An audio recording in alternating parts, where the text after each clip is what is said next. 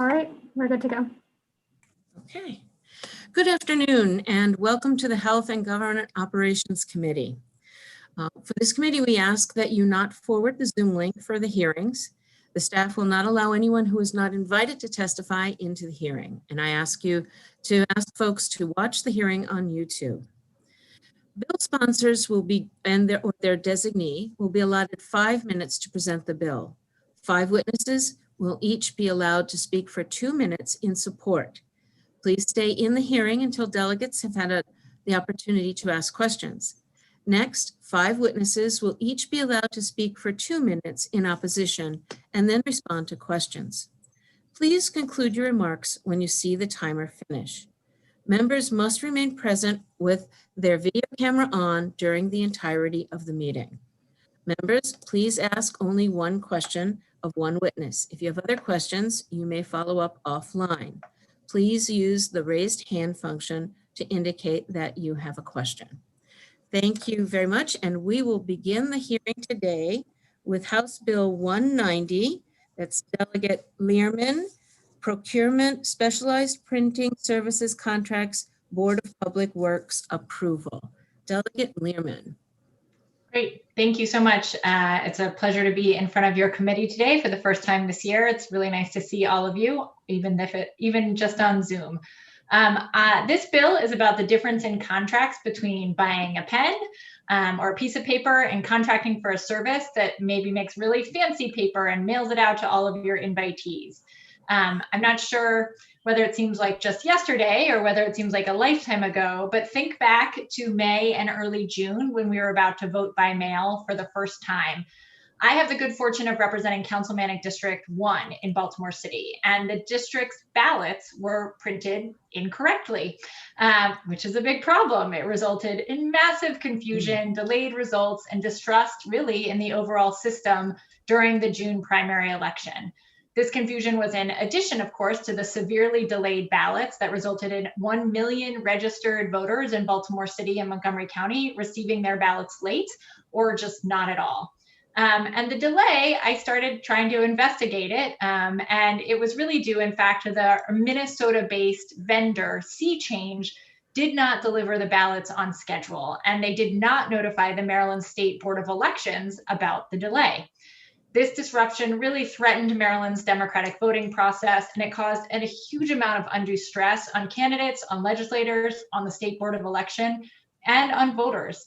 So on June 4th, 2 days after the election, I emailed the Treasurer's office to try to understand why and when the Board of Public Works had approved the contract for C-Change to print our ballots, this non-Maryland-based company. And although the Board of Public Works may feel opaque to some people, it actually allows for a pretty high level of transparency. I wanted to go back to the meeting where the contract was viewed, pull up the agenda, pull up the contract, see if there'd been any discussion about it, and understand who the other vendors or who the other bids had been as well. Unfortunately, I couldn't do any of that because what the Treasurer's office helped me discover was that this contract, even though it was well over $200,000, which is usually the minimum of level of contracts that go to the Board of Public Works, this contract had not gone to the Board of Public Works because it was considered a commodity. Because printing, even if it's really specialized printing like this, is considered by the Department of General Services, which administers this, a commodity. Like they treat it a ballot, which has very specialized information on it and had our names and information on it. And there's just hundreds of different ballots that get printed for every councilmanic district and every race and whatnot in all over the state of Maryland. Those are treated like this pen, like just a standard piece of paper. They're treated like a commodity rather than it actually being a service of printing the ballots and mailing them out. So this delegation for commodity procurements is actually in statute, and the board's ability to delegate procurement authority to primary procurement units like DJS is also in statute. So I worked with somebody who works within the Board of Public Works to understand how we would change this to make sure that ballots and really, really specialized printing that includes personally identifiable information would be treated at an elevated level, that there would be more transparency and more eyes on it on the contracts. So this bill does that. It expands the definition of specialized printing services defined as services for the printing of a ballot or a document that contains sensitive or personally identifiable information. This definition change ensures that the Board of Public Works authorizes and approves any contract that fits that definition. And from a policy standpoint, it just makes sense to require that any election ballots or similarly personalized and difficult materials go through the board, those contracts go through the Board of Public Works process because of how important and sensitive they are, to ensure transparency and to make the public feel assured that there is a proper vetting of these contracts. With oversight from the BPW, we can ensure transparency and accountability in our ballot procurement process, and that really upholds the integrity of our election. So I hope you'll grant a favorable report to HB 190. Thank you. Thank you, Delegate Learman. Are there questions from the committee? Looks like it was pretty clear. There are some written testimonies I'd ask the delegates to look at, but Delegate Learman, thank you for bringing us. Hold on, Whoa, Delegate whoa, I Collison, see hands. Where are the raised hands? They're not coming up Are on there my, reactions to people? Let's look. let's see. Open your reactions, Delegate Collison. Yeah, it's, I'm sorry, your participants. okay, let me, there we go. I was looking for the symbol on the pictures. Sorry, Delegate Johnson has a question. Thank you, Madam Chairman, and thank you, Delegate Learman, for this bill. Would this slow down the process in any way going through the Department of Public Works, or would they do it well enough in advance that we would not have any delays with other folks getting their ballots? It's a great question. So it shouldn't result in any delays. Usually these types of contracts are multi-year contracts. There's no reason that, you know, the State Board of Elections or DGS should be procuring ballots a week before the election or a month before the election. Sea change, my understanding is that this contract change had happened in like 2019, so well before our election. And so there's no reason that this should be a rushed process. And in fact, it would be bad if it were a rushed process, because ballot printing is very important and very onerous. And so it's important to make sure that the timing exists so that there can be a proper vetting. All right. All right, thank you. Thank you, Madam Chair. You're welcome. Delegate Rosenberg. Thank you, Madam Chair. Delegate Learman, was there, if this had been in effect at the time, was there anything in this printer's history that would have, with the due diligence that this process would have brought about, would have tipped off or raised concerns about this contract? It's a great question. I don't know that we know, but I do know that we canceled the contract with Sea Change before the November election. And so because the State Board of Elections was unhappy with how they were executing, and they in fact came back, I think Sea Change came back at one point, don't quote me on this, I think that there was they decided they couldn't handle everything we needed to do, which indicates, I think, that there hadn't been perhaps a proper vetting of the ability of Sea Change to handle this type of contract. Thank you. Thank you. I don't see any further questions. Thank you very much, Delegate Learman. And we will move to the next bill. Thank you. Which is House Bill 203. Unless you want to let Delegate Jackson in and Mr. Morris Klein, I believe. We're going to start with Delegate Jackson and ask questions of the delegate, and then we'll hear from Mr. Klein. Is Delegate Jackson here? So we are on HB 203, Estates and Trust, Wills and Advance Medical Directives, Notaries Public. Delegate Jackson.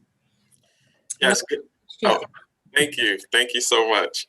Good afternoon, Chair Pendergrass and members of the Health and Government Operations Committee. For the record, I am Delegate Carl Jackson. Thank you for having me here today. Before I get started, I want to bring to your attention an amendment that I had submitted that drastically alters HB 203. the amendment deletes the second half of the bill from page 3, line 30 on down, and gets rid of the portion of the bill that deals with advanced medical directives.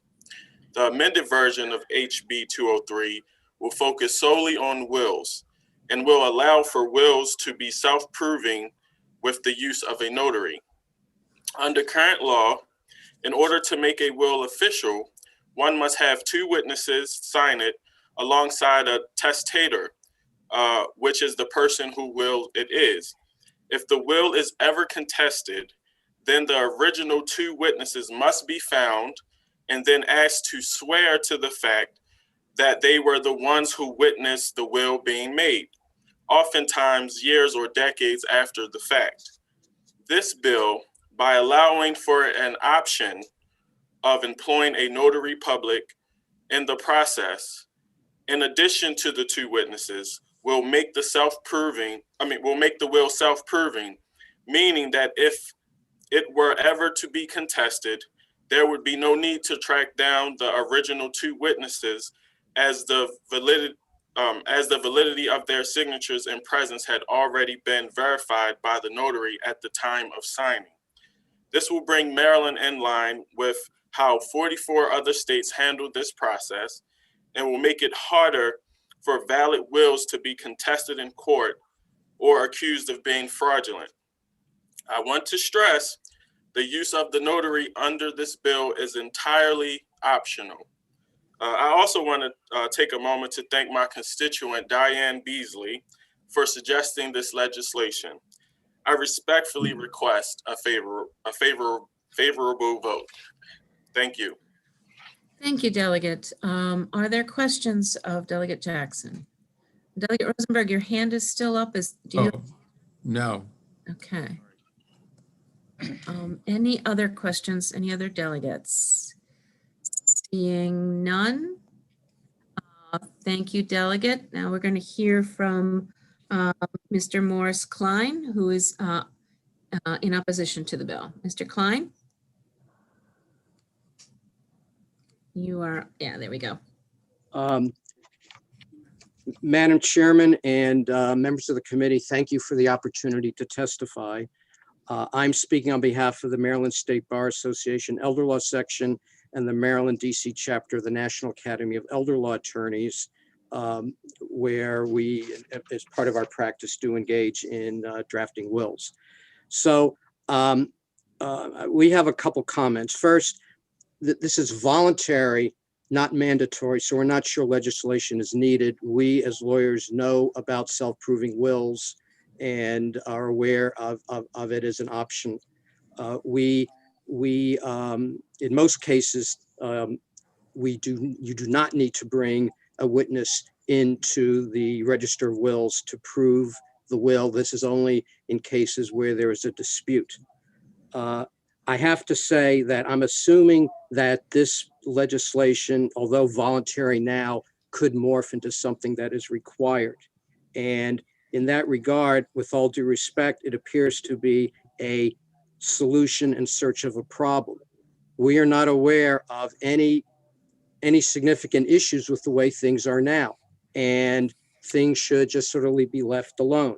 And I also want to emphasize that in this time of COVID, when people are getting sick and dying, if this were a requirement, it would be harder to sign a will under what is proposed. It would be more difficult. And in this difficult time, it is not appropriate really to make things harder than they are. And it's contrary to other legislation that some members of this committee are involved in to make things easier during the time of COVID. So even if this is something that is worthwhile, this is not the time or place to do it. It could disproportionately affect low-income individuals who already are challenged to access legal services.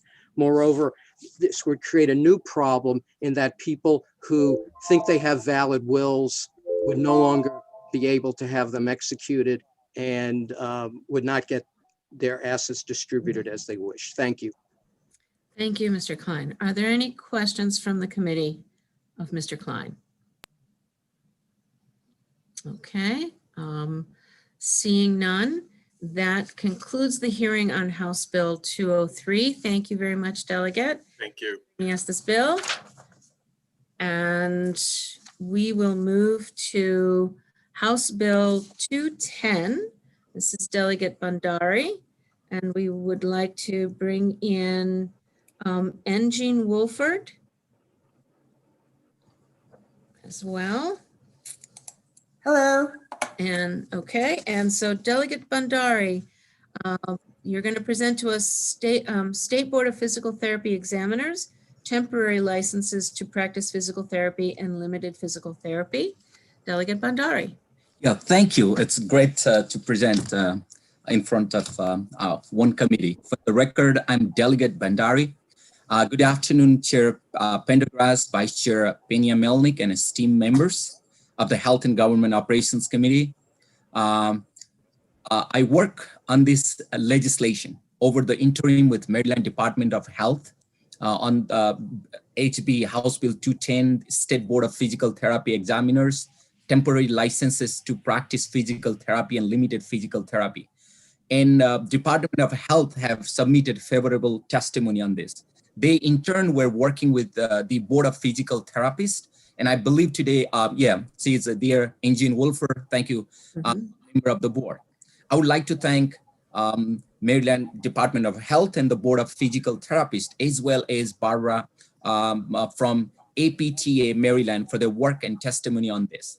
This bill is very simple, allowing those who have met eligibility requirements for licensure, with the exception of passing the final exam, to be issued a temporary license to practice. Physical therapist and physical therapy assistant who are issued a temporary license will work under the supervision of a licensed physical therapist for a limited time pending the passage of their exam.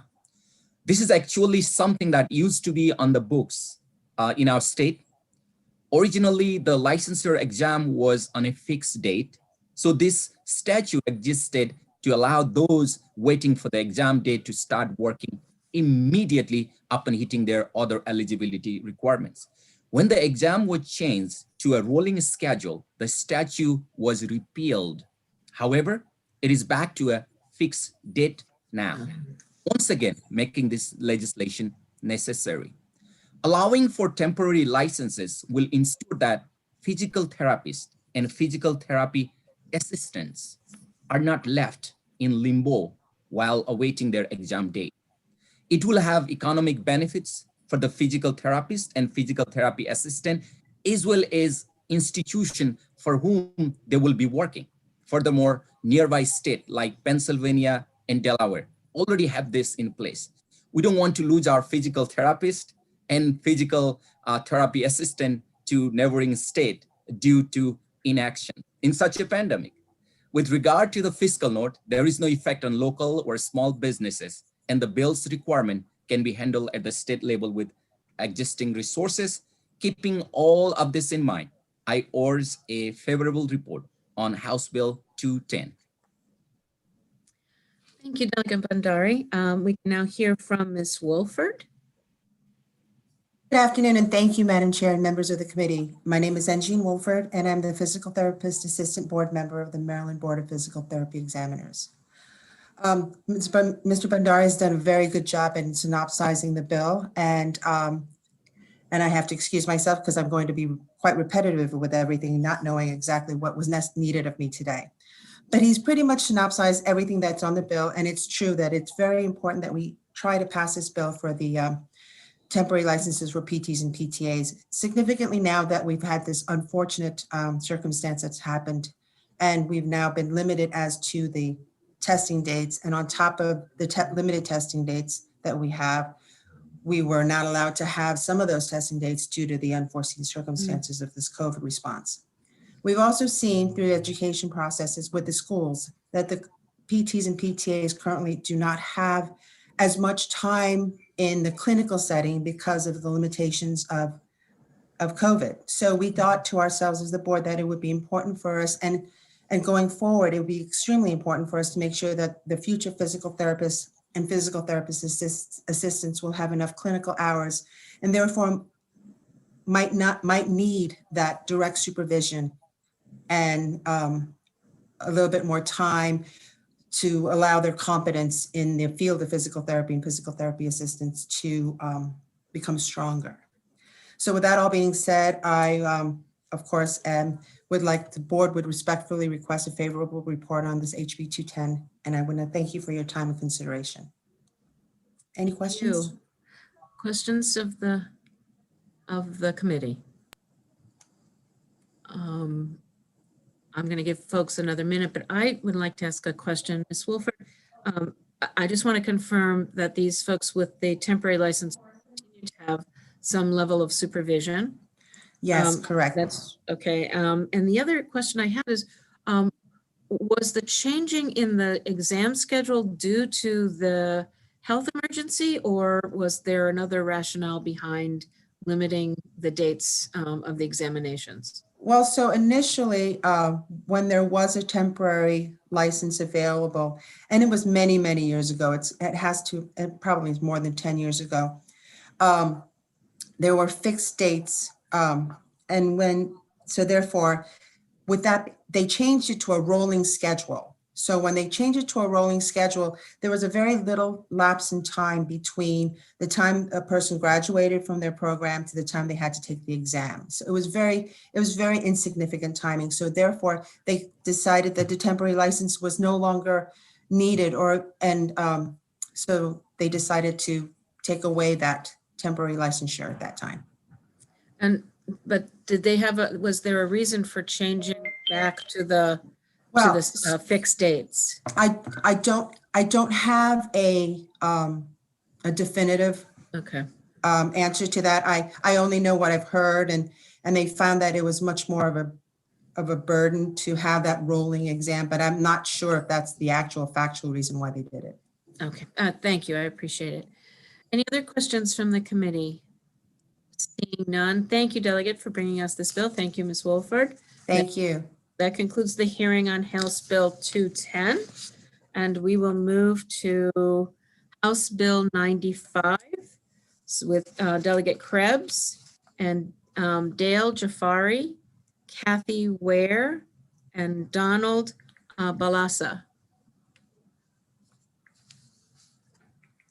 Do we have everyone? Hello, can you hear me? Okay, we're going to. I'm Kathy Ware. Okay. Here. Then we will start with Delegate Krebs. Delegate Krebs is going to introduce House Bill 95, Health Occupations, Nurses, Delegation of Tasks. Delegate Krebs. Thank you, Madam Chair. This bill, House Bill 95, was voted through our committee last year, and we made a few changes, small changes this year. And it basically clarifies the language around delegation of some basic nursing tasks by all nurses, and licensed practical nurses, registered nurses, and advanced practice nurses. It also provides clarification that delegation to assistants such as trained medical assistants can be performed as part of their regular jobs. This year more than ever, I think we got to make sure that our healthcare workers can practice to the fullest extent of their training, and entrusting nursing tasks to other team members when appropriate is really common in the healthcare field. And I think we found that there are some discrepancies and needs for clarifications in the law, and that's what this bill attempts to do. I think it's vital that we make sure we maximize the existing healthcare workforce by promoting efficiency and effectiveness to make sure all of our Marylanders have the highest level of care. I give some specific, in my testimony, I give some specific language changes that you can read. I want to turn it over to my panel and just note there's a lot of written testimony in the file. There's support on all from Board of Nursing, Pediatric Nurses, Maryland Hospital Association, Maryland Association of MANA, nurse practitioners, Lifespan, and some nursing colleges. So I think there's a need for this to be clarified in law, and I'll turn it over to my panel to describe why that need exists. Okay, thank you, Delegate. Could we hear from Dale Jafari? Good afternoon, Madam Chair, Vice Chair, and members of the committee. Thank you for the opportunity to speak to you this afternoon in favor of House Bill 95. My name is Dale Jafari. I'm a doctorally prepared nurse practitioner who lives and works in Talbot County, Maryland.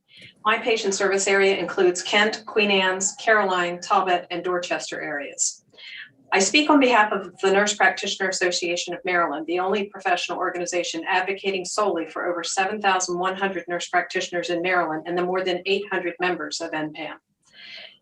My office staff consists of physicians, certified nurse midwives, nurse practitioners, registered nurses, certified nursing assistants, medical assistants, and administrative staff.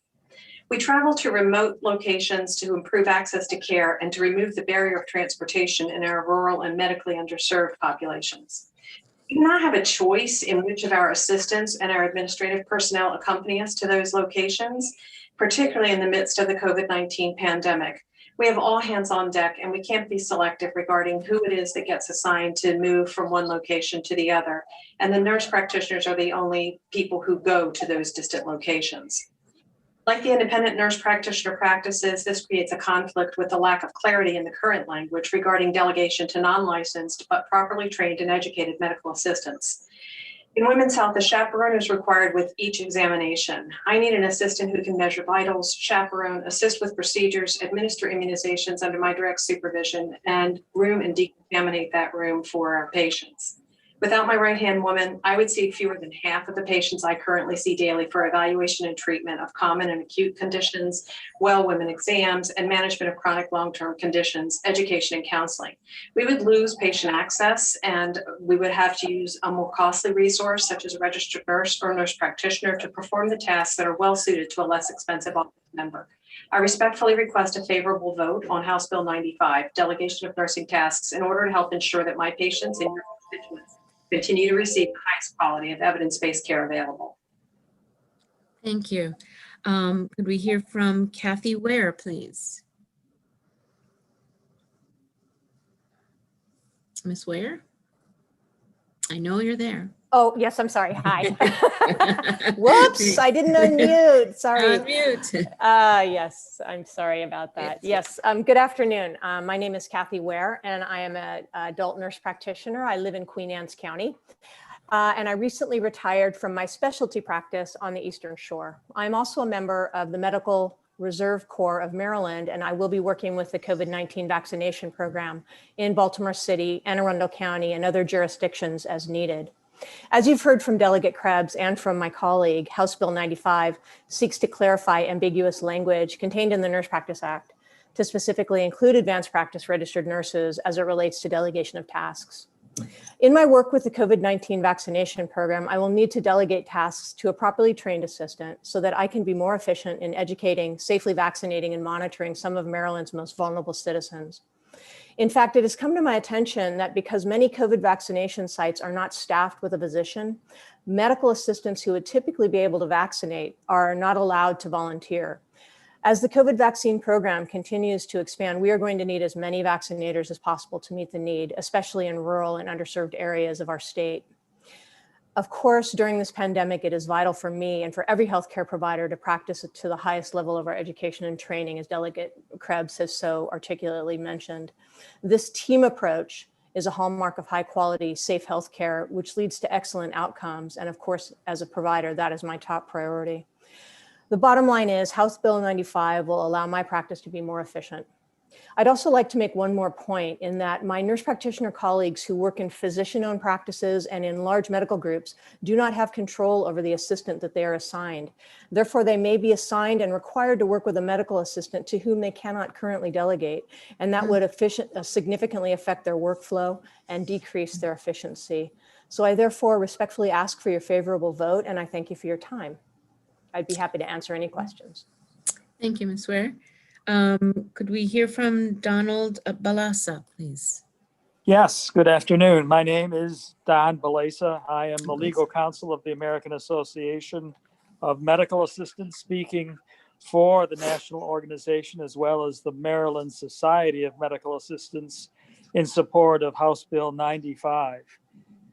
The legal framework for allowing nurse practitioners and other advanced practice registered nurses to delegate to knowledgeable and competent unlicensed professionals is established in the statutes and regulations of several states.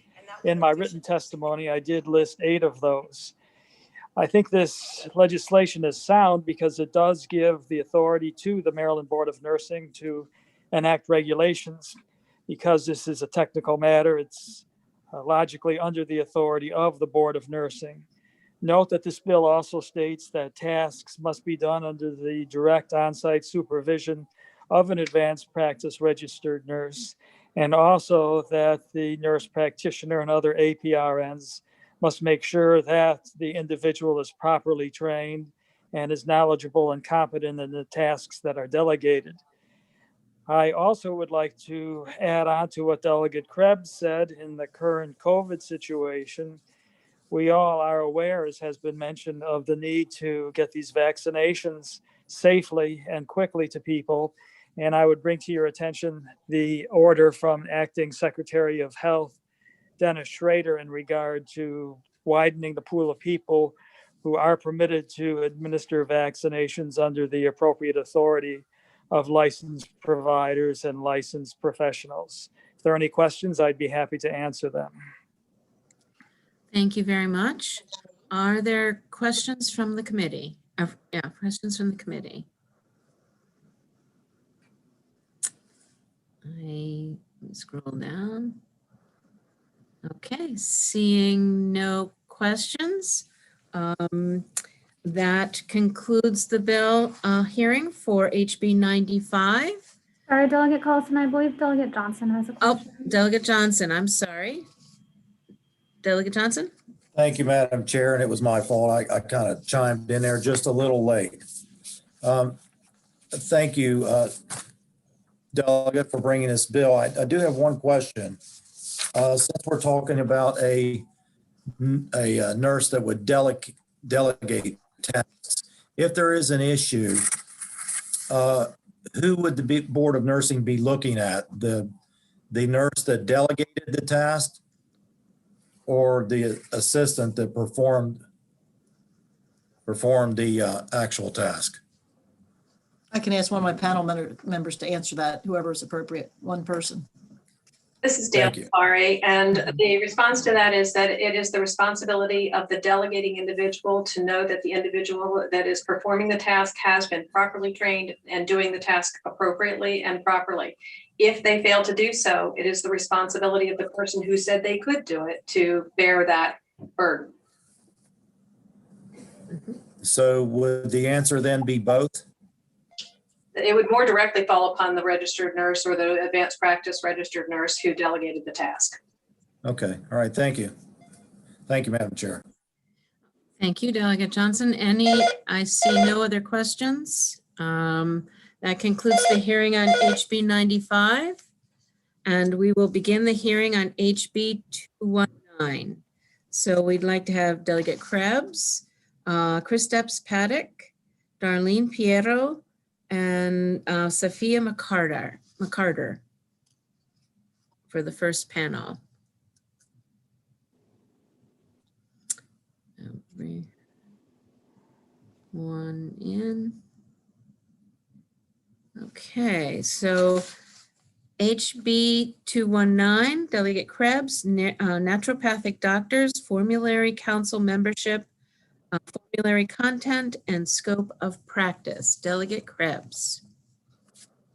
Thank you. I'm assuming my panel members are in. I see Chris up. Thank you, Madam Chair. House Bill 219 is a bill that's not unfamiliar to you, that has to do with our naturopathic doctors. And those of you who have been on the committee for a while know how hard our committee worked for a long, long time to get licensure for naturopathic doctors, because we really believed that they were an integral part of our healthcare as a healthcare partner. And one of the agreements that we made, one of the next steps to the progression of naturopathic doctors, was to have a formulary council, which we currently have. And we worked with the stakeholders over the years to make some accommodations. But for those of you who are new to the committee, I just want to give you a quick refresher. In 2014, we passed the actual bill that licensed these naturopathic doctors. And then in 2016, as required by the original licensure bill, we passed a bill that established the Naturopathic Doctor Formulary Council within the Maryland Board of Physicians. So it's within the Maryland Board as we worked with our physician partners. And they were tasked with developing and recommending a formulary for the use of licensed naturopathic doctors that the Board of Physicians must approve.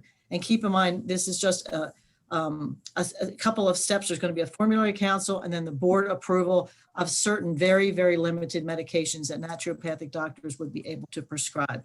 And they will review the formulary annually to decide if changes to be made. And if the COVID crisis has taught us anything, as I said in the prior bill, we need more access to healthcare for our citizens, not less. And this is the year to pass this bill to continue on with our commitment to our naturopathic doctors so that they can practice and care for Marylanders as they've been trained to do. So basically, this bill would just expand the formulary for naturopathic doctors to let it go to the this formulary board and approved by the Board of Physicians. And it would just open up the small window that they are looking for the small amount of formulary that they want to be able to prescribe to their patients. I'm going to ask you to let my panel members have the rest of my time because they're the experts in this. And I know they're familiar to our committee. And I want to thank my committee over the years for working so hard to open access to our constituents to this very, very important piece of our medical profession. Oh, no, I want to mention one other thing. I'm sorry, Madam. We had Dr. Wong that was going to be able to speak with us today. And he is actually a medical doctor and a naturopathic doctor working in DC where there's full licensure. And he was not able to get signed in, unfortunately. And he was going to talk from both sides about how important this is. But hopefully we'll be able to use his expertise in subcommittee because he was not able to sign up. And I apologize for that. Thank you, Delegate Krebs. Thank you, Delegate Krebs. Can we hear from Kristaps Paddock, please? Hi there. Good afternoon, Madam Chair, delegates. My name is Dr. Kristaps Paddock. I'm the president of the Maryland Naturopathic Doctors Association, and I live and work in Baltimore City. And I'm here to speak in favor of House Bill 219. Delegate Krebs provided a good amount of background there. Just to give just a little bit more, naturopathic doctors do attend a 4-year naturopathic medical school where we're trained in conventional diagnosis and treatment, along with diet, lifestyle, and natural methods. We're licensed in 23 states and jurisdictions and prescribe and are permitted prescriptive authority in 15 of them, including Washington, D.C., which has allowed NDs to prescribe for several years. And there's a lot of details about this in your packet that provide information about maps. There's the DC formulary in there. It's all there for you to see. And as Delegate Krebs said, when we're first licensed in Maryland, the question of prescriptive authority was put in the hands of a work group. That work group proposed a 6-person naturopathic formulary council to determine what medications naturopathic doctors would be able to prescribe. This bill would properly empower that council, which already exists and is meeting without anything to do, and finish the process. And as Delegate Krebs said, naturopathic doctors are an important contact point for the healthcare system. I've been open and seeing patients throughout the entire COVID public health crisis. I had to go virtual, but we never stopped seeing patients. We've always been treating here. And healthcare is starting to normalize, but things are still very far from normal. Patients face hurdles in being seen, and now is really the time to use all available providers to help keep our state healthy, because as we know, the chronic health conditions that naturopathic doctors do so well at treating and managing are really the ones that predispose COVID patients to worse outcomes. It's really time to get this bill passed so that we're able to serve the public to the best of our ability. And I would even add to say that, I cannot legally recommend that a patient receive the COVID vaccine right now, which is a travesty. I'm sorry, it's terrible. It's not in my scope of practice. I can't. This is one of the most important things that the U.S. and our state has undertaken in decades, and I can't be part of that process. And this bill enacted into law would give the Naturopathic Formulary Council the ability to enlist naturopathic doctors like myself in fighting this pandemic. And if not this one, then the next one. So I really urge you to please give House Bill 219 a favorable report. Thank you. Thank you, Doctor. And I sure hope the next one is nowhere near in the future. Yeah, Darlene Piero, are you here, please?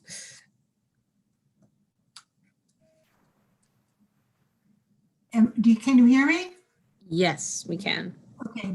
My name is Darlene Piero, and I live in Rockville, Maryland. I'm retired, and I've never much liked going to doctors, so that's why I currently work with a naturopath. Naturopaths practice integrative medicine to treat the whole person.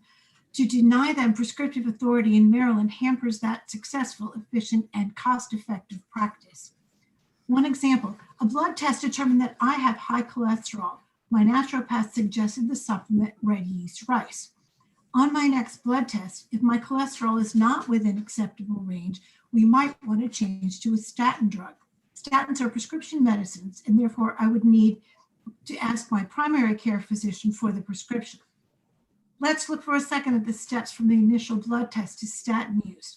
1, naturopath and I discuss using red yeast rice. 2, I obtain red yeast rice and begin using it. 3, subsequent blood test reveals the need for a statin drug. 4, my naturopath, if she has prescription authority, writes a prescription for statin drug and treatment begins. 4 steps, efficient, cost-effective, and successful. But if I have to ask my PCP for a prescription, I would need at least 4 more steps, including blood test analysis, her agreement to provide a statin, pharmacy pickup, and only then would treatment begin.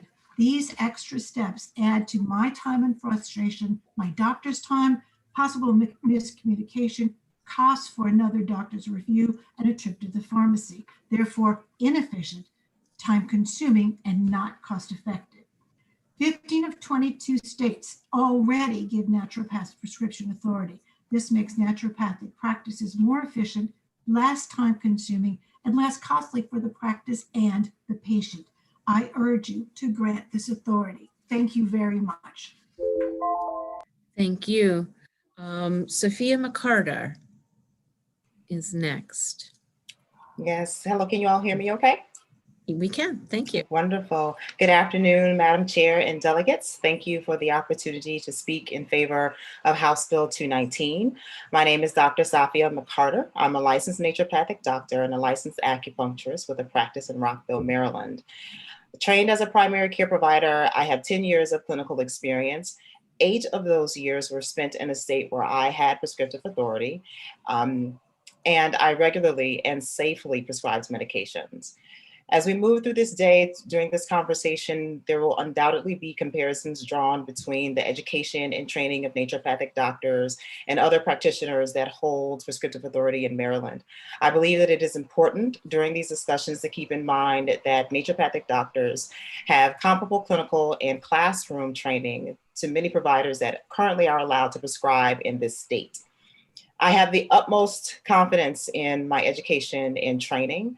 However, the absence of prescriptive authority as a naturopathic doctor places me and the patient at a disadvantage by causing a delay and disruption in their care. Patients are specifically seeking me out because I am a naturopathic doctor. They make appointments with the assumption and the expectation that I have the ability to prescribe. They want the benefit of being able to work with someone like me that can manage and prescribe their medications, as well as recommend natural therapies that can safely be combined with their medications. If it is discovered during their visit that they need a prescription, rather than being able to get it right there with me, they have to seek out an additional practitioner, which causes a potentially dangerous delay and unnecessary, in my professional opinion. House Bill 219 would prevent such delays and additionally allow naturopathic doctors, such as myself, the ability to function in a role where we're more than adequately educated and trained to fulfill. It is my sincere hope that this bill will receive your support. Thank you. Thank you. Are there questions from the committee of this panel?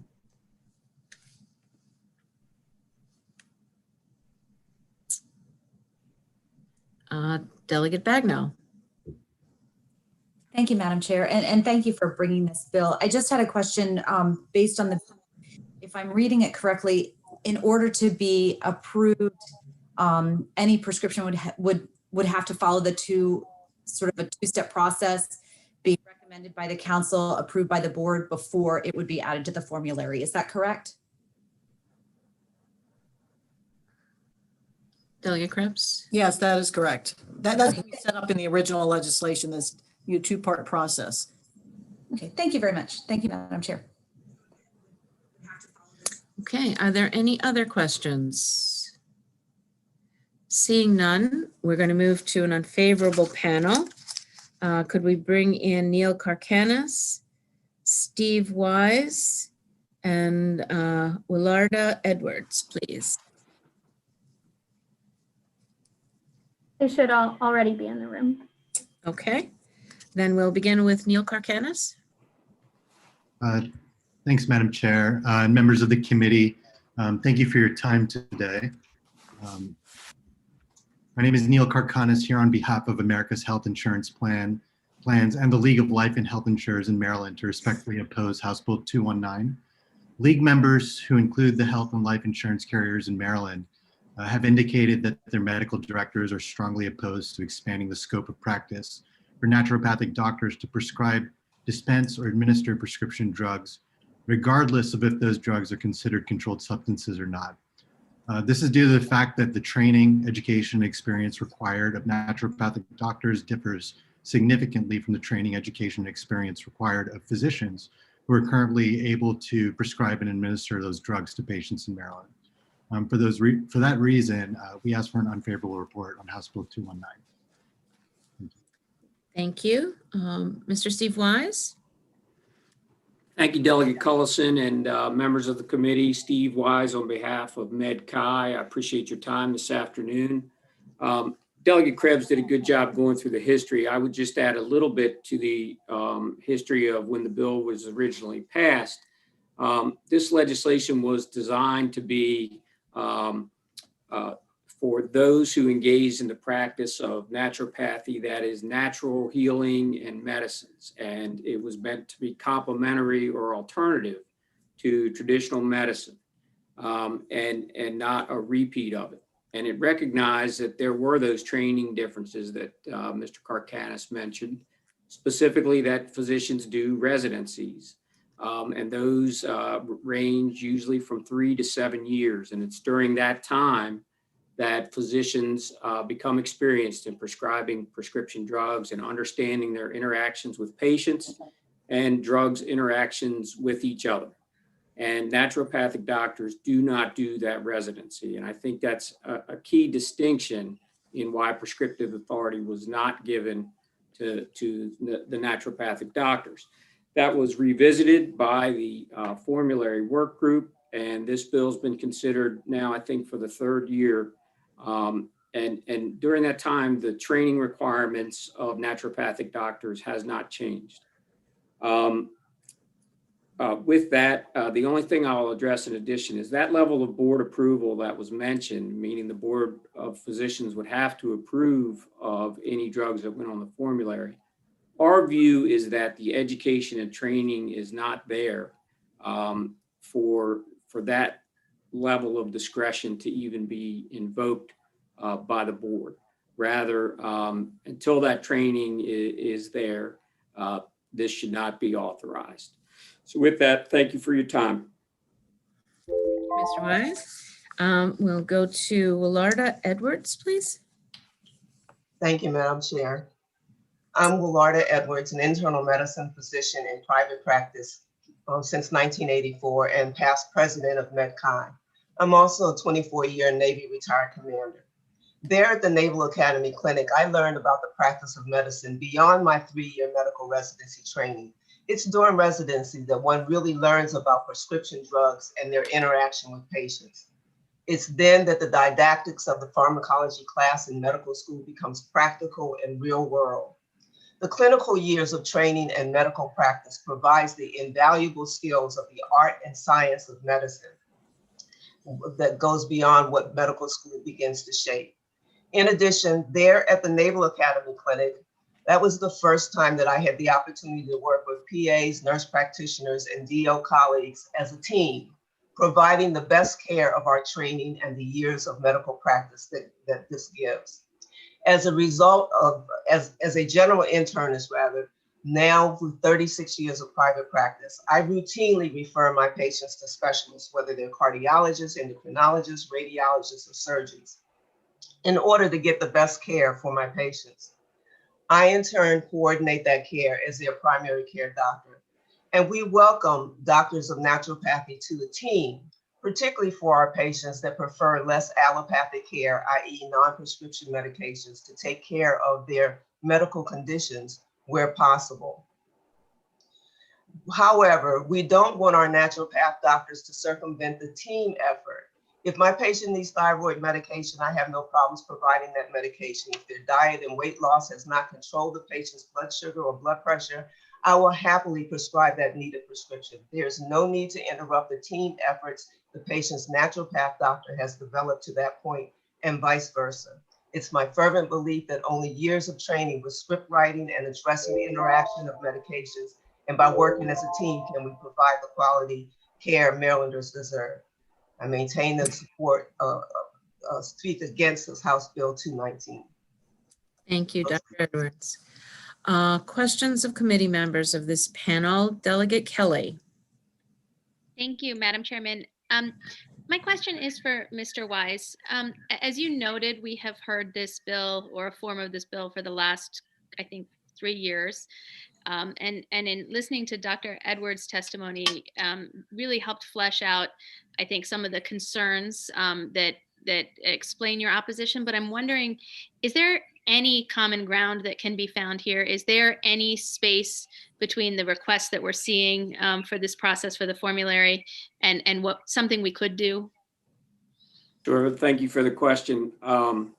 Look, I think with these scope issues, which I'm in front of this committee quite a bit on, there is always room for dialogue. And I think that's probably the case here. If you're asking me, I don't know what the committee intends to do with this legislation this year, but if you're asking me, is this a subject that during the interim, the parties could get together and at least have a discussion on, and have the naturopathic doctors, for example, identify, rather than the world of prescription drugs, identify some specific drugs and explain to maybe some physician representatives from MedChi the case for that.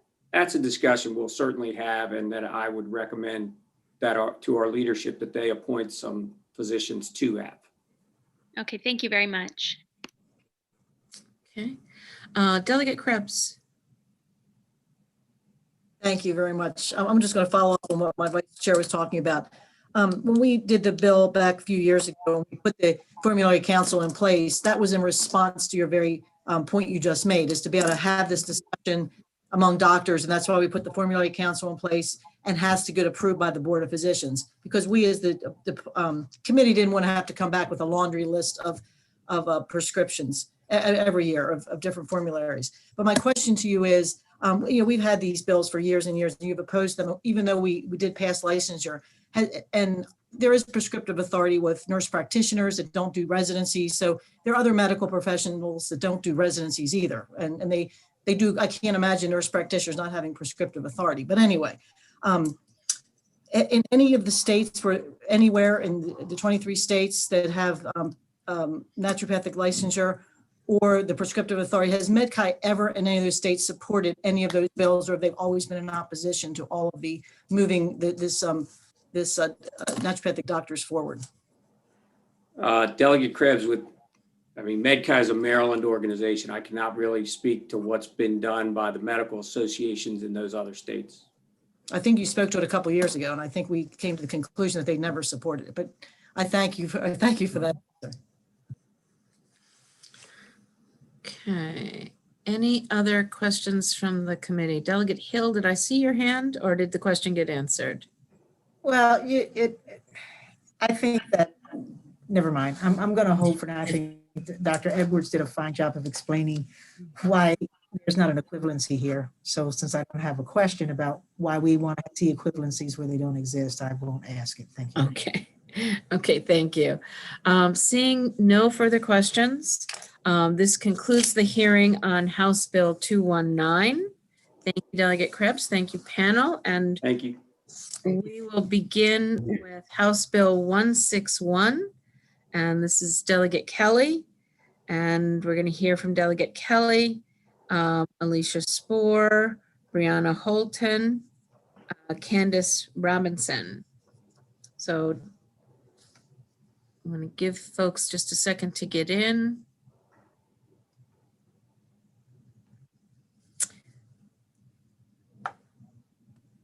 Okay, I think we're there. Delegate Kelly, please tell us about House Bill 161, Health Occupations registration of audiology assistants. Thank you, Madam Chairman. So the first thing to know about House Bill 161, registration of audiology assistant, is that the title will change. There is a sponsor amendment that has come from the Audiology Board. We have worked very closely with them. And so please refer to my sponsor amendments because it had some concerns of theirs that we definitely want to address. One of them was changing it from a registry to a license. You'll see that there are 22 other states that license this profession. And in Maryland, we also license assistants for speech language pathology, for PT, for OT, dental, chiropractic, clinical nursing. So it's very commonplace practice in Maryland. And I think it's really important to do. The panel is going to really tell you about why, what the profession is doing, why, all of the details. But just from the big picture sense, I think this is really going to free up our audiologists to be able to provide more direct care. It's obviously going to create jobs as well. There's the potential to create 900 jobs. We have 450 audiologists in the state. And if they each supervise 2 audiology assistants, which this bill would allow, it's the potential for 900 jobs. It's going to, as I mentioned, increase access to care. There's a shortage of audiologists in rural areas and also very, very busy practices in urban areas. Of course, always looking for ways that we can decrease costs, and audiology assistants would be providing routine cleaning and troubleshooting issues at lower rates than audiologists would charge. So that's the basic premise of the bill. I'm going to pass it off to the panel to explain to you the details, and just one more reminder that there is an amendment. So we're talking about the bill with the sponsor amendment, and I don't know of any opposition in your file, just more letters of support. So with that, I will pass it off to my panel. So Dr. Alicia Spoor. Thank you very much, Madam Chair, Madam Vice Chair, members of the committee. Just to reiterate, my name's Alicia Spoor. I'm a small business owner and an audiologist in the Howard County area, and I'm the current legislative chair for the Maryland Academy of Audiology, here to request your support on House Bill 161, licensure of audiology assistants. I'm pleased to be working with Delegate Ariana Kelly and Senator Clarence Lamb to introduce audiology assistants into the hearing and balance healthcare system. As elegantly stated, there are 22 other states that currently have statute for audiology assistants, and this would kind of move in that same manner to put a precedence in place into statute, audiology assistants, which are the extenders of the audiologist's hands. So we are following those in other professions that have done this in the state of Maryland, mainly because we look at this as a patient safety issue. We want to make sure our patients have access to the health care that they need in hearing and balance, but also that they are still safe in that area. As an extender, the audiologist, which my colleague will talk about, will perform duties that do not require a clinical doctorate 8-year education in order to be completed. And that would allow the audiologist, by virtue of their education, to work to their highest scope of practice as a clinical doctorate, and also allow those patients who need some of the more routine or a little bit of extra time with a provider, the assistance through the audiology assistants. Audiology assistants will be reviewed again further by my colleague, but we want them to be able to be an assistant to the audiologist, and therefore a high school diploma or equivalent type of education would be required of them, in addition to the Board of Examiners consistency for speech language pathology assistants, as well as good moral character, oral competence, and a background check.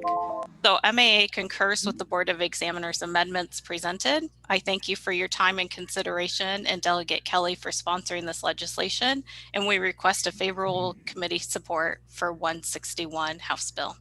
Thank you. Dr. Brianna Holton. Madam Chair, Madam Vice Chair, and members of the committee, my name is Dr. Brianna Holton, here on behalf of the Maryland Academy of Audiology in support of House Bill 161, the licensure of audiology assistants.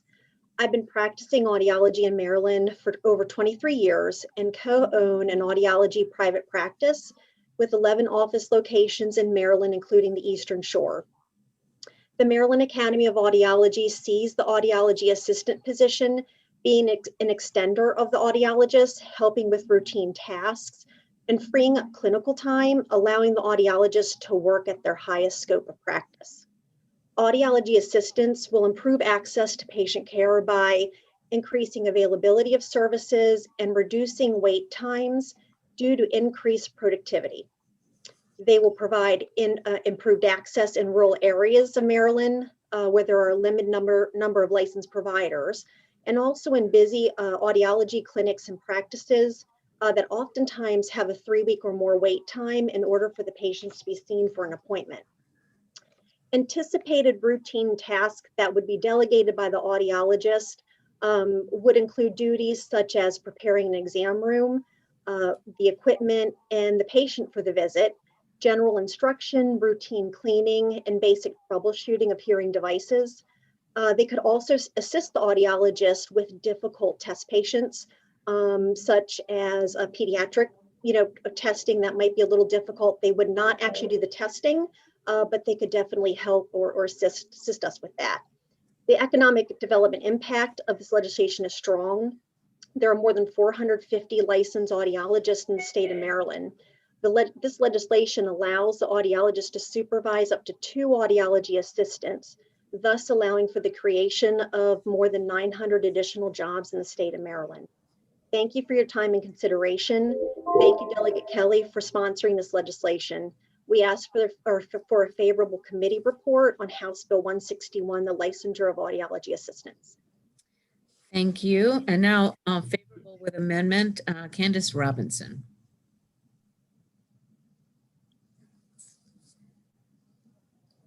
Nope, Candace, you're on mute. There we go. Okay, can you see me? Yes. Okay. Thank you, Madam Chair and committee. Thank you for allowing us to speak. So as you have heard, the bill purpose is to require an individual with the educational qualifications to be employed as an audiology assistant and registered with the board. And as Delegate Kelly has mentioned, the board licenses all disciplines currently that are regulated by the board. And by definition, we feel that licensure would be more appropriate. And although audiology assistants will be 100% supervised by fully licensed audiologists, as Dr. Holton has mentioned, the audiology assistant will sometimes be in the room with the audiologist and sometimes they will not be. So the board felt that we would like them to be licensed and held by all of the same health occupations, Article Title II Annotated Code of Maryland, for protection of the consumer. Secondly, the board believes that there are currently some uses of unlicensed employees. They are being used in various practice and research settings in which facilities are issuing them inappropriate titles. Therefore, on page 6 in lines 16 through 17, we wanted to add hearing aid technician and cochlear implant technician as lists of titles that may not be used to represent these individuals. So for anybody attempting to utilize or practice in the capacity of an audiology assistant, they must be licensed by the board in order to do so and may not be hired under any other title of those 7 terms. The board respectfully requests a favorable report on HB 161 with the requested board approved amendments. Thank you so much. Thank you. Are there questions of the question?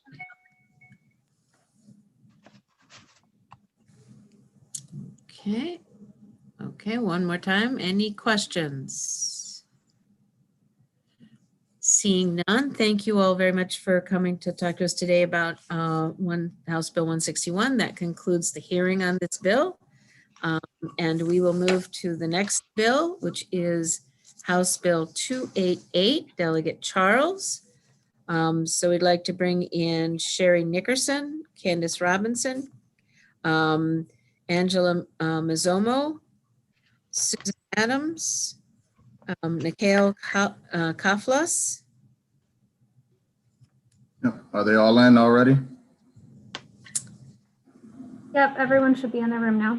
Everybody's in? Thank you. So we will start. Delegate Charles, go ahead and tell us about House Bill 288, Audiology and Speech Pathology Interstate Compact. Thank you, Madam Chair. I'm here today looking for a favorable report on House Bill 288, which Audiology and Speech Language Pathology Interstate Compact. The bill enters Maryland into this compact for audiologists and speech language pathologists. The bill establishes specified procedures and requirements for audiologists and speech language pathologists to obtain and maintain a compact privilege to practice audiology and speech language pathology in a member state. Currently, there are 6 states that already are a part of this compact, and there are 13 pieces of legislation across the country in 13 separate states that are moving to bring this type of legislation forward. And I believe it's time to make sure that Maryland is a part of this. I want to give my time to Nahal Khalifas from the Council of State Government so she can dive deeper into detail about this important piece of legislation. Thank you. Thank you, Delegate.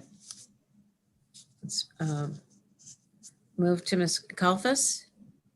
Yes, I'm unable to get my video to work, but can you hear me?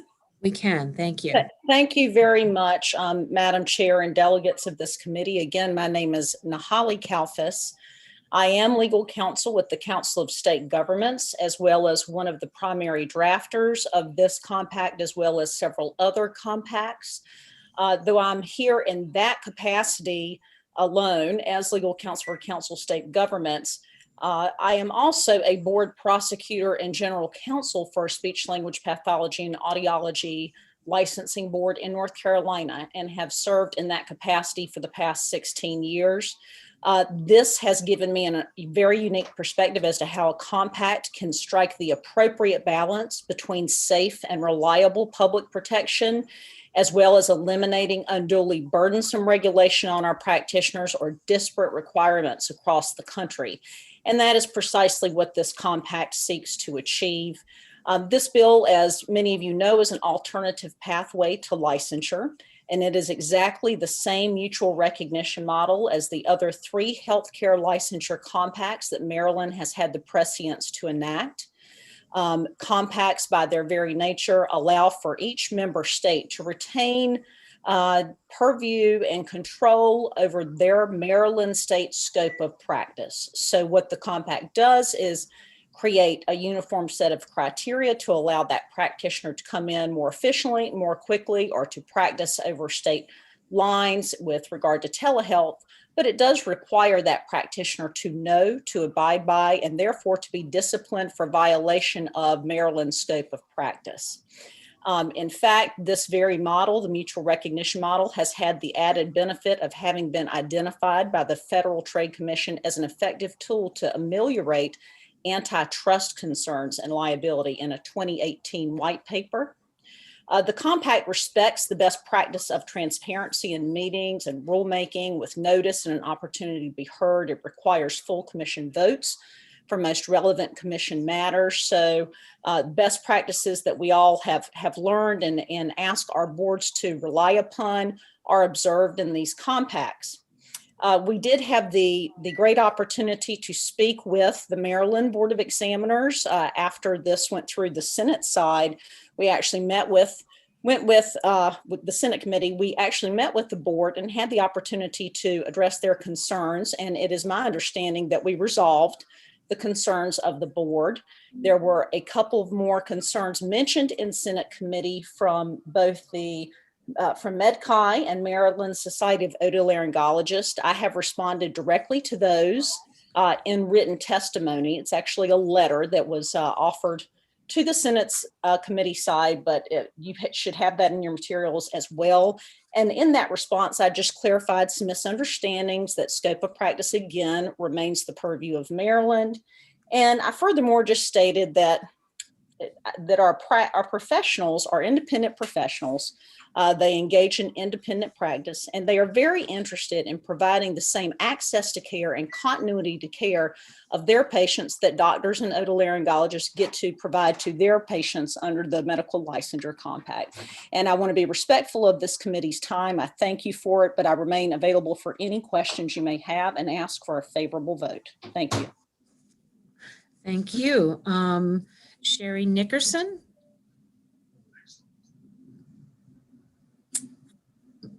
Ms. Nickerson, you here?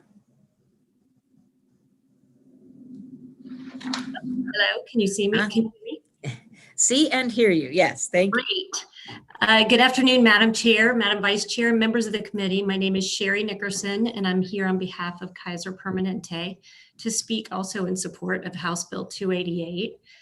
Kaiser Permanente is the largest private integrated health delivery system in the United States, delivering care to over 12 million members in 8 states in the District of Columbia. In Maryland alone, they serve over 450,000 members. Kaiser Permanente welcomes this legislation as their organization employs speech and language therapists throughout DC, Maryland, and Virginia. While all of their providers are licensed in all jurisdictions currently, this bill will provide reciprocity among the states and allow for seamless transitions across state lines to practice in areas where they're mostly needed. The need for reciprocity between states has become urgent during the pandemic due to the shortage of medical providers in various areas available for their members. Healthcare delivery is changing rapidly during this time. Moving forward, it's essential to establish a sustained means of flexibility for audiologists and speech pathologists to practice interstate care. Thank you for this opportunity to speak to you today, and we urge your favorable support for the bill. Thank you. Candace Robinson. Hello. Candace Robinson again with the Maryland Board of Examiners for audiologists, speech language pathologists, and hearing aid dispensers. So HB 288, as it is written, the compact facilitates the goal of improving public access to audiology and speech language pathology services. So by doing this, the bill helps to regulate multi-state audiology and speech language pathology services. And it strengthens the support of telehealth technology and lessens the burden on relocating active duty military personnel and or their spouses, and facilitating increased public access to audiology and speech language pathology services. It also addresses the critical need for providing telehealth services to those outside of a licensee's home state by doing away with the need to obtain additional licenses, in essence, by removing that requirement. Licensed outside of individual's home state will be able to reach other individuals residing in rural areas and those that have limited access to receive more immediate care. As mentioned, the board had previously issued concerns in the Senate, but since the hearing for the Senate Bill 183, the board received a letter by the Council of State Governments which addressed the board's concerns. Subsequently, the board held an emergency open meeting in which the Council of State Governments provided further clarity regarding our concerns, and they have all been resolved. For these reasons, the board respectfully requests the committee to consider a favorable report on HB 288 in relation to the Board of Audiologists, hearing aid dispensers, and speech language pathologists. Thank you. Thank you. Angela Mozzomo. Good afternoon, committee chair, vice chair, and members. My name is Dr. Angela Mozzomo. I'm a licensed certified speech language pathologist with over 30 years of experience. I'm co-director of public policy for the Maryland Speech Language Hearing Association. Passage of House Bill 288 would allow Maryland to join in with the 6 states that have already passed the compact. Providing privilege to practice helps ensure continuity of services. It allows dependents of military families to continue to receive services when their family moves. It allows the spouses of military members to continue to practice when they are reassigned. It can be a bridge when a therapist moves from one state to another while waiting for a new license to be issued. It allows for service provision across state lines, beneficial when a practitioner lives close to a state line and their services are needed in the state in which they are not licensed, such as a Maryland licensee who wants to provide services in Virginia, Delaware, or Pennsylvania. Overall, it would increase access to services. Thank you for your time, and on behalf of the Maryland Speech Language Hearing Association and its members, we request your favorable support of House Bill 288. Thank you. Susan Adams. Susan? Yes, I'm here. Thank you. Okay. There we go. Thank you, Madam Chair, Madam Vice Chair, members of the committee. I'm here to offer our support of HB 288. My name is Susan Adams, and I'm the Director of State Legislative and Regulatory Affairs for the American Speech Language Hearing Association. ASHA has partnered with the Council of State Governments back in 2017 to develop and implement this occupational licensure compact. Since then, we've had hundreds of phone calls and webinars with state associations, state legislators, state licensing boards, and other stakeholders to discuss the compact and work out any concerns. We've been incredibly thankful to work with the Department of Defense, who are strong supporters of this compact and other compacts, and we're also thankful to have the support of the Maryland Licensing Board. As my co-panelists have already mentioned, this compact is similar in form and function to the other three compacts that Maryland is currently supporting, the Interstate Medical Licensure Compact, the Nurse Licensure Compact, and the Physical Therapy Compact. Our compact will go into effect when 10 states adopt the legislation. So far, we have 6, including Louisiana, North Carolina, Oklahoma, Utah, West Virginia, and Wyoming. Delegate Charles had mentioned 13 states introducing legislation this year. We're now up to 16 states. So we're really hopeful that we will reach our 10-state threshold this year, and we hope that Maryland is one of those states that are able to pass the compact this year and be in on the ground floor of this great new opportunity for our members. So I hope that we can count on the committee to issue a favorable report and allow better access to care for those with communication. Thank you all very much for your testimony. Questions from the committee? We begin with Delegate Krebs. Thank you, Madam Chair. My question is for Ms. Kalfas. Ms. Kalfas, thank you very much for working with our delegate on this legislation. And you said you had spoken and worked out some issues with Maryland Department of Health, and those concerns had all been resolved by communication. And I thank you for doing that ahead of the bill hearing. But we still have 2 outstanding groups that only put in written opposition, MedChi and the Maryland Society of Otologists. I said it wrong. But otolaryngologist. Okay, thank you. But you said you had spoken to them, and I wish they were here so we could question them. And I'm disappointed that they're not. But tell us again what their reaction was, and did they propose? I know that Mercado or the Brian Kaplan from the society said that language needs to be clear with respect to Maryland law. Have they offered anything, or are they okay with this now? Thank you. Can you hear me, Delegate Krebs? Yes, I can hear you. Thank you very much for that opportunity. I unfortunately did not have the opportunity to speak vocally with MedChi and Maryland Society of Otolaryngologists, but there was a response letter, and that letter should be in your packet as attachment from ASHA's written testimony. Hopefully it's a letter dated January 28th. And in that letter, we basically explained that the concerns of MedChi and Maryland were perhaps misunderstandings, specifically that scope of practice remains untouched by this compact, just with the other compacts.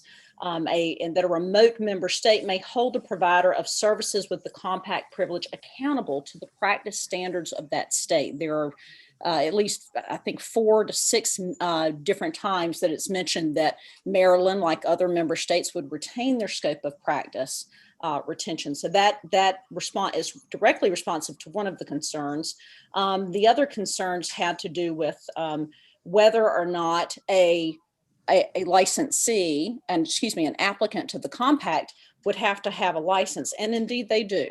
The only way you have entry into the compact is to retain a home state license in good standing, and it has to be from a home state that is a member of the compact. Once you have that home state license in good standing and you meet the other criteria listed in the compact, that is what gives you your access, or punches your ticket, if you will, into being able to access the compact privilege in other member states. So that was a secondary concern about, there was a statement that there was no licensure requirement. There is. Just like with your driver's license, the reason that you are able to drive through neighboring states is because you have the privilege to do so under your Maryland home state driver's license, so long as it's in good standing. And of course, if you do something to violate the Maryland scope of practice, you lose your privilege. The Maryland board has the right to take away your privilege to practice in the state of Maryland. And if you lose your home state license for any reason enumerated in the compact, then you certainly do not have the right to continue to practice under that compact privilege. I hope that's responsive, Delegate Krebs. That is very responsive, and I thank you for being responsive and working with our group ahead of time. And hopefully our two oppositions that are in writing and not here to ask the question to will get back to this bill sponsor very, very quickly. Thank you. Thank you. Thank you, Delegate Krebs. Delegate Bagno. My question has been answered. Thank you. Great, thank you. Are there any other questions from the committee? Okay, that. Sorry, I see a Delegate question. Saab. I see Delegate Saab's hand just Thank you, went. Madam Chairman. I'm sorry if I may have missed it or not. So to address, I guess, one of the concerns that I'm reading the MedCais, what is the board or the commission, the Combat Commission, is there a physician on it or not? And if there isn't, will they be open to put one on? I would like to respond if that's acceptable, Madam Chair. That's fine, yes. Thank you for the question, Delegate Saab. Yes, that has been in every state that we have passed and introduced, that has been a request. And unfortunately, compact law, a long series of both Supreme Court and other compact law states that we may not substantially change the components of the compact. There can be changes that are not substantive in nature, but unfortunately, this particular type of change would be deemed substantial because it changes the composition of the commission that is the group of member states that are required to run the compact, obviously. So unfortunately, we cannot make that change. When that matter was discussed through a very long vetting and stakeholder process, it was determined that since the majority of states in the country do not all have physician members on their board, that was not something that the group as a whole that was geographically diverse felt was appropriate. And while they certainly respect the input that they have and the ability to collaborate with and refer to physician members, again, these two practices are independent practices. They do not require supervision. So certainly there's no reason that a physician member on a board, if the state happens to have a physician member, could not give input to their delegate, which would be one of their colleagues on the board. They could do that. But in terms of a position on the commission, that is simply a substantive change that cannot be added to the compact because this compact operates as a contract as well. And with all contracts, you can't change the substantive terms. So do you have a list of who's on the commission and their credentials? Well, we don't have a commission yet, but once this compact gets stood up, the delegates who will be on the commission will be one speech language pathologist and one audiologist from every member state. There's also a smaller group of I believe it's an additional 5, and Susan Adams can correct me if I'm incorrect, but I believe there's an additional 5 that can come on. They are nominated by the commission at large, and that could even include an executive director, or anyone, an audiologist, speech language pathologist, executive director. And out of those 5, those are nominated and then put onto the commission in additional seats. But each state can count on one audiology member, one speech language pathology member as designated by the requisite authority for that state. If that is the board, great. If in some states with umbrella situations, they would send the delegates from each state. Thank you. I appreciate your thorough answer. Thank you. Thank you very much. Thank you, Delegate Saab. Are there any other questions from the committee? Okay, seeing none, that concludes the hearing on HB 288. We appreciate you all coming in and giving your testimony today. Thank you, Delegate Charles. And we will begin the last bill of the day, which is House Bill 299. That's Delegate Carr. And we'll bring in Carolyn Applegate, Margaret Gallegos, John Richardson, Lisa Schlager, Ada Hamosh, Carol Green, Shannon Dixon. Okay. And we will, Delegate Carr, we'll begin with you. Thank you, Madam Chair. Good afternoon, colleagues. For the record, I'm Al Carr, and I'm pleased to be the sponsor of House Bill 299, which has to do with the State Board of Physicians adding genetic counselor licensing. Currently, there is no licensure pathway for genetic counselors in the state of Maryland. We have not established professional standards for genetic counselors practicing in the state or a disciplinary infrastructure for practitioners that fail to uphold the ethical standards of the profession. House Bill 299 will address these issues by providing licensure for genetic counselors. It establishes a genetic counseling advisory committee under the State Board of Physicians, which will be tasked with creating genetic counseling licensure regulations, instituting licensure fees and renewal requirements, and establishing penalties for non-compliance with licensure requirements. 26 states currently license genetic counselors, the majority of whom house these licensing bodies in their respective state boards of physicians. Maryland is an outlier in the region because all of the surrounding states license genetic counselors. The District of Columbia does, Pennsylvania does, Virginia does, Delaware does, and West Virginia does not, but they have a bill that would change that. Genetic counselors require a master's degree, board certification, and continuing education requirements. Stakeholders and the Maryland Board of Physicians have made significant efforts to collaborate in the production of this bill, a version of which passed unanimously in the Senate during the previous session. There is a sponsor amendment that does a number of things. It adjusts the advisory committee representation. It increases regulation on out-of-state practice to be limited to consultation, enhances the supervision language to clarify supervision contract requirements for counselors who recently graduated and are waiting to sit for a certification exam, clarifies the requirements of the supervision contract, and mandates genetic counselor trainees to disclose their licensure status while practicing during the 12-month period post-graduation. I've been taking my cues from Senator Lamb on this bill, but I know he's been working hard over the interim. So with that, I will ask for your favorable report and turn it over to the other panelists. Thank you, Delegate. Can we go with Carolyn Applegate, please?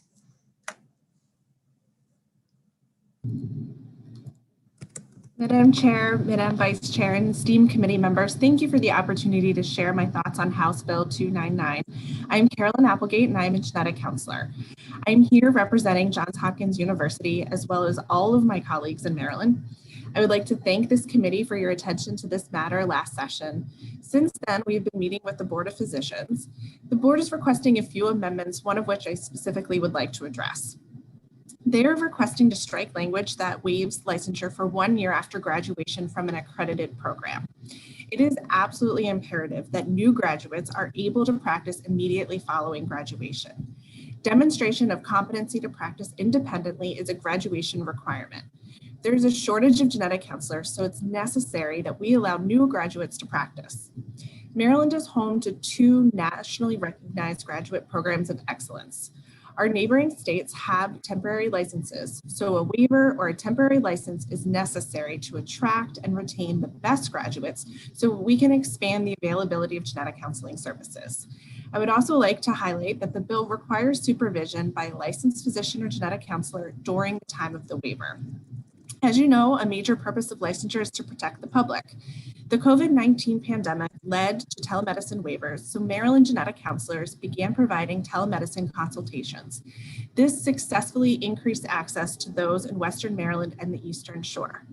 However, the lack of licensure left consumers vulnerable to receive services from individuals that have not met the minimum education requirements defined by this bill. It's time that Maryland, home to some of the greatest genetics research and clinical care in the world, have statutes in place to permit genetic counselors to provide services to the thousands of patients that need them. We urge a favorable report of HB 299. I thank you for your time, and I'm happy to answer any questions. Thank you. Margaret Gallegos. Thank you, committee members and chairs. My name is Margot Gallegos, and I am here as a genetic counselor and here as the chair of the Maryland, DC Society of Genetic Counselors Public Policy Committee Chair. I ask for a favorable report on House Bill 299, and I'm happy to answer any questions. Okay, thank you very much. John Richardson. Yes, thank you, Madam Chair, Vice Chair and committee. I'm John Richardson. I'm Director of Government Relations for the National Society of Genetic Counselors. I'm also a resident of Edgewater, Maryland.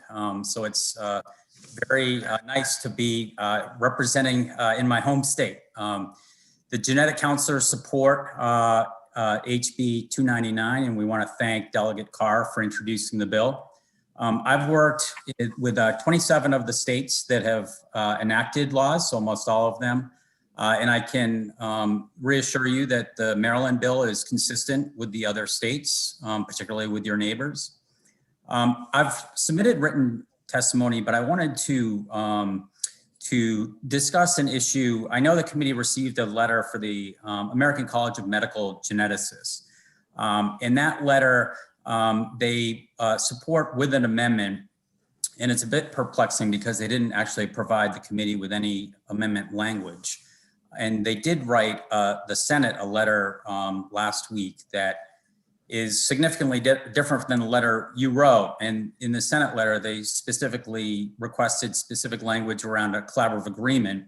And we don't believe that that type of a collaborative agreement is workable. We think it's very onerous. It would create a lot of paperwork.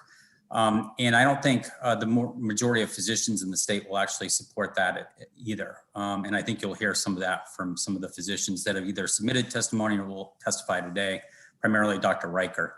As you know, genetic counselors are specialized.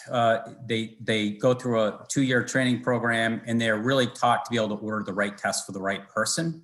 And that's why we think they should be able to order a genetic test independently from a physician supervision. And so we would just thank the committee and report the committee the bill favorable. Thank you. Thank you. Adam Riker. Good afternoon, committee members. Thank you for allowing me to testify. I've worked with genetic counselors for 20 years. I am a board certified fellowship trained surgical oncologist. Much of my practice is managing patients with breast cancer, and the current guidelines also state that every single newly diagnosed breast cancer patient needs to be seen by a certified genetics counselor. Okay, there is not enough time in the day, week, or month for me to see all of these patients in terms of who needs genetic testing, picking the right test for these patients, and then doing the post-genetic counseling. They are an incredibly important part of this team. And it just strikes me that I have my own board of physicians who is opposing this bill with numerous nonsensical, unreasonable amendments to this bill. So I strongly urge you to look at this bill. I can assure you, coming from New Orleans, Louisiana, where we just went through this process, we had full support of the Board of Physicians to get this through the end and get certified genetic counselors licensed. And that was without any amendments whatsoever. So the other points I will make is that this delay that they want to delay until 2023 is nonsense. We need genetic counselors now. And in terms of them coming out from their training and practicing, just as I would have come out and would be board eligible, they are also immediately ready to practice. So I would strongly urge you to support this bill and recognize our certified genetics counselors. Thank you all for your testimony. Are there questions of the committee for this panel? Any questions from the committee? Delegate Lewis has a question. Oh, Delegate Lewis. Thank you, Madam Chair. Thank you, Delegate Carr, for bringing this bill. I must confess I'm not understanding the objections, or let me put it this way. I'm not completely understanding the reservations expressed by the Physicians Board on this bill, and I would ask whoever's best placed to answer, help me understand why we should wait 2 years, 3 years to license genetic counselors. Thank you.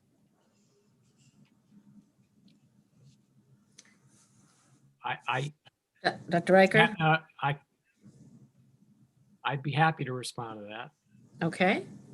Because it's a delay tactic by the board. Actually, I think I'd rather have the board answer. Thank you, sir. Your perspective was understood. Thank you. Is there no one from the board who can answer my question? Okay. No opponents can answer the question. Okay. There is someone from the Board of Physicians coming up next on the next panel. I'm going to let Delegate Hill ask her question, but I apologize to Ms. Schlager, whom I forgot to call. So we'll go back and hear from Ms. Schlager before we move to the favorable with amendments panel. But Dr. Hill, or Delegate Hill, you want to go first? Sure. Thank you, Dr. Riker. I'm going to give you a chance to respond to the board letter. You say you don't understand. The questions that they're raising are questions that we have considered with other boards in the past when they're being asked to have oversight over particular groups. Number one, that they're looking for the nexus and why they are the board to do this. And number two, that they would need to do some adjustments because they have a lot before them. These are the typical things that we hear from boards. And often we find that those are reasonable, that reasonable accommodations have to be made, or sometimes we actually have to find a better board to do the oversight. So, or a more appropriate board. I don't want to say better board. I said it, but I didn't mean it. So why would you say that it's not important that there be a nexus between the board and its membership and the people that they're being asked to, the genetic counselors that they're being asked to have oversight over?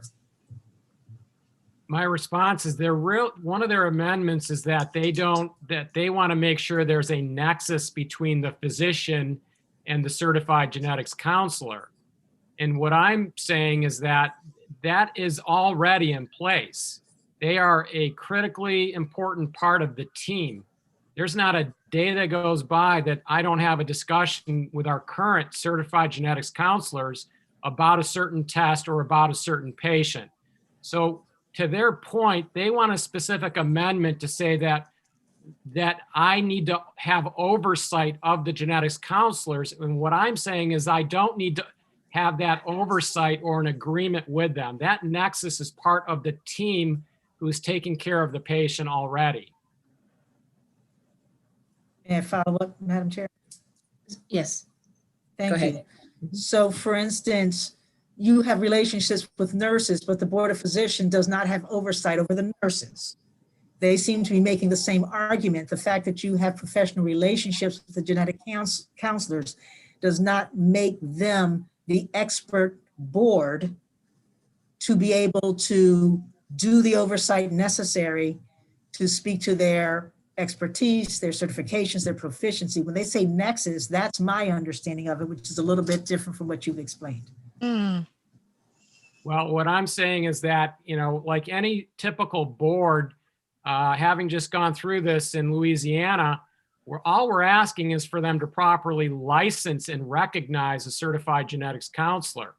Currently, they're not recognized, they're not licensed, and therefore I cannot bill for any services provided by a certified genetics counselor. Thank you, Madam Chair. Okay. Any other questions of the folks who have spoken? Then I'm going to ask Ms. Schlager, and I apologize for skipping over you. That's okay. I appreciate it. So I'm going to throw a few things to the wind here, because just based on this conversation.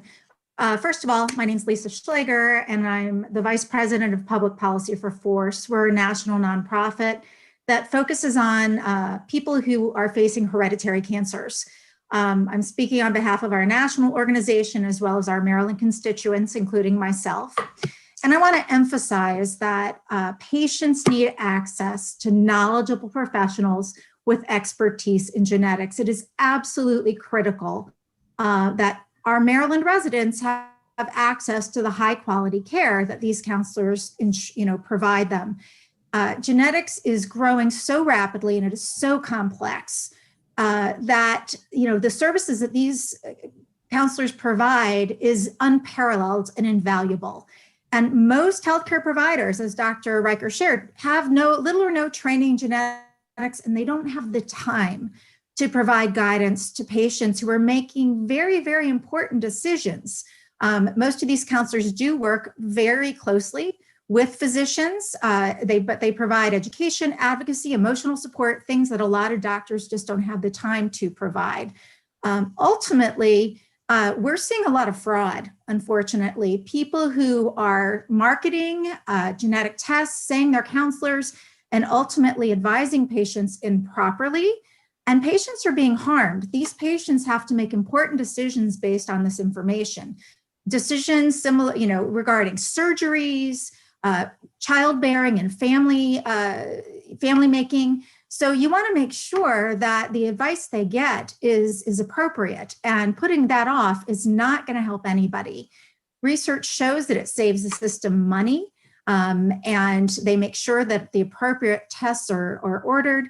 Ultimately, I want to know why are states requiring licensing for things like massage therapists or personal trainers, but not people who provide guidance on potentially life-altering decisions. We ultimately support this and hope that this moves forward sooner versus later. Thank you. Thank you. Are there any questions for Ms. Schlager? Seeing none, thank you for your testimony. So I'm going to move to Matthew Dudzik, who is favorable with an amendment. Good afternoon, Madam Chair, members of the committee. Matthew Dudzik with the Maryland Board of Physicians. As I'm sure many of you recall, the board did testify in opposition to this bill last year. However, I did want to point out, Dr. Riker brought up that we were opposing this bill. We actually are not opposing this bill. Since last year's session, we have heeded the committee's advice. We sat down at the table with several of the stakeholders. We found many areas of agreement. We have narrowed our concerns down to just a couple of core issues. Ms. Applegate brought up specifically the 1 year licensure exemption. That year-long licensure exemption does pose some significant concerns for us. There are numerous safeguards that happen during the licensure process that would be skipped over in this case for a full year. There are criminal history records checks that are performed, the verification of education and certification requirements. There's a whole slew of oversight that we would not be able to do in the case of unlicensed individuals. There are no other allied health practitioners with any similar exemption. So we do oppose that language. We are happy to work with the stakeholders to find something that's a little bit more appropriate. Regarding Delegate Lewis's question, as far as why we are asking for the implementation of this bill to be delayed, there are a couple of reasons. As you might imagine, COVID has created some major uncertainties for our board. We are currently responsible for licensing and regulating roughly 45,000 active health practitioners who are on the front lines of this pandemic. Our focus has been and must continue to be on maintaining essential operations. There are quite a lot of steps that are involved with establishing a new licensure category. If we are going to do this, we want to be able to do this right. And we ask that we delay the implementation. As written, the bill would not actually require licensure until October 1st of 2023. So we are simply asking that we delay the start date.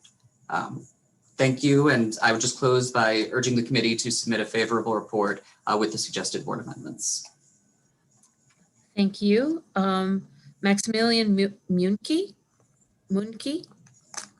Thank you, Madam Chair. I'm Max Münke. I'm a licensed physician in the state of Maryland. I live in Bethesda, Maryland, and I'm the CEO of the American College of Medical Genetics and Genomics, or ACMG. ACMG supports licensure for genetic counselors. However, we strongly believe that genetic counselors should be licensed to provide genetic counseling services and not to practice medicine.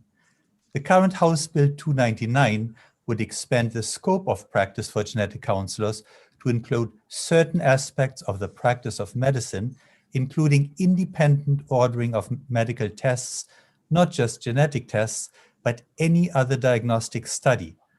Ordering of medical tests means that the results are returned to the genetic counselor, who is then interpreting those results and returning them to the patient without physician involvement.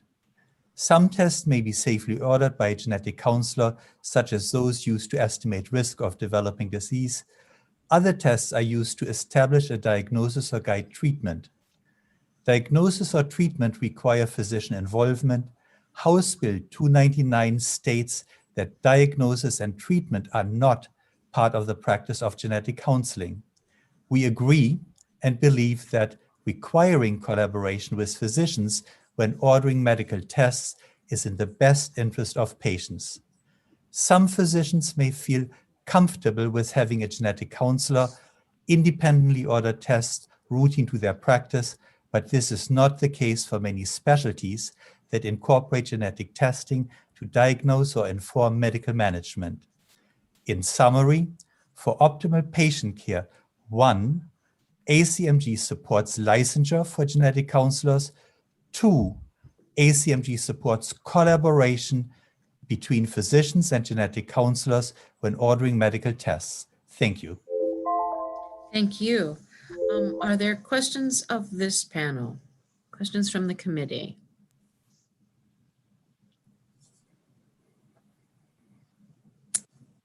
Any questions from the committee? Delegate Bandari. Yeah, thank you, Madam Chair. One of the amendments is creating referral requirement for the practice of genetic counseling, and the rationale is to have a direct supervisor relationship and the direct link. Why is it needed? Why we have to go through that long process when they are capable of doing that, their job? Thank you for that question, Delegate. The nexus with the physician has previously always been the determining factor for why an allied health, why a health professional falls under the purview of the Board of Physicians rather than under their own board or under another board. I believe that Delegate Hill spoke to this somewhat. Maryland is structured a little bit differently from a lot of other states where, for example, if you look at the State Medical Board of Ohio, their state medical board, which licenses genetic counselors, also licenses almost every non-nurse health professional. They license acupuncturists, dietitians, massage therapists, a number of professions that our board does not, because they do not have that established nexus. That being said, I do want to just focus on the board's primary concerns being the two that I mentioned. Obviously we would love a stronger nexus. We do know that the proponents did put in a referral requirement requiring that anything that would require diagnosis or treatment would have to be referred to a physician. And we absolutely appreciate that. So certainly, I don't want to harp on this point too much because for the board, that is not the major obstacle. The major obstacle are the two issues that I brought up in my testimony. Thank you. Thank you. Delegate Bagnall. Thank you, Madam Chair. And I think this question is also for you, Mr. Judzik. Ms. Schleger brought up a concern that while we're unlicensed, this is sort of an unregulated world, and that people are in some level of jeopardy while it's unregulated. So with the delay in licensure, what do we do in between to protect folks? If we do delay, what is the gap? Certainly. Thank you for that question. I would point out that right now, House Bill 299 actually does not require individuals to become licensed until October of 2023. So there is actually a delay and a gap regardless. There would be no restriction between now and October of 2023 from individuals practicing genetic counseling without a license. We are not asking to delay indefinitely. We are asking for an opportunity to get our house in order. There are a number of major fiscal concerns that we have. I'm sure as you all know, the governor suspended licensing fees. We are a special funded agency. Our fund balance is entirely reliant on those licensing fees. We have no way of knowing before a renewal period at this point until the end of the state of emergency how much income we will be taking in, or how much revenue rather we will be taking in. That makes it extremely difficult for us to plan for the future. That's why we're asking for a delay. We're not asking for this to be indefinitely pushed off. Thank you. Thank you, Madam Chair. Thank you. Delegate Kelly.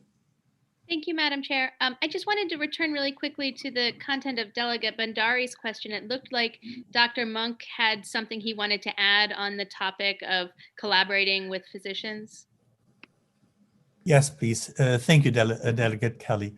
So to me, I'm a physician who has been practicing in this state since 1997. I've been a medical geneticist since 1987. I've worked for over 30 years in collaboration with genetic counselors, not in supervision, but in collaboration. Genetic counselors are important members of the medical genetics team, and they are most important together, working together with physicians. This is something that we have proposed for a long time, and I think to me, what it's always about, it's about what's best for the patient. I've been a pediatrician since the early 1980s, and to me, if you diagnose and treat a patient, you need to be a licensed physician. That's a part of the scope of practice for a physician, and I feel very strongly for our patients in the state of Maryland to get the best care, to get optimal care, we need the collaboration between genetic counselors and physicians. Okay. Delegate Kelly, are you okay? Oh, yes, thank you so much. Okay. Are there any other questions of this panel? Take a quick look here. I see no further questions. I want to thank you all for your time and your testimony today.